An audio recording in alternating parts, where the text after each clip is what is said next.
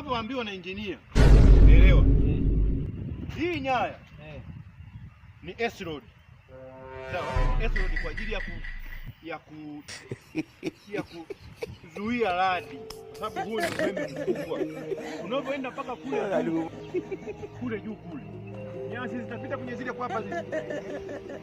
Sasa zile kwapa, nyaya zile ambazo zinaenda mpaka huko kwenye nguzo zingine. Kwa hiyo ina maana hizi kunakuwa kuna maana ukipita hapa wajepa vitu eneo kama hili na bado na umeme na hizi nguzo kunakuwa na baridi kwa sababu ya nini? Ya mvutano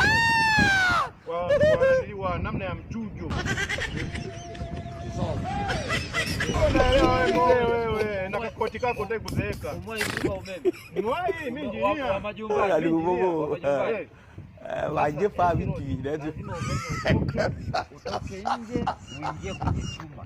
Hii ni kwa ajili ya ikitokea short hitilafu, haya manguzo yote yanaweza akapata moto. Kwa hiyo hizi ndizo zinasaidia kupeleka umeme chini.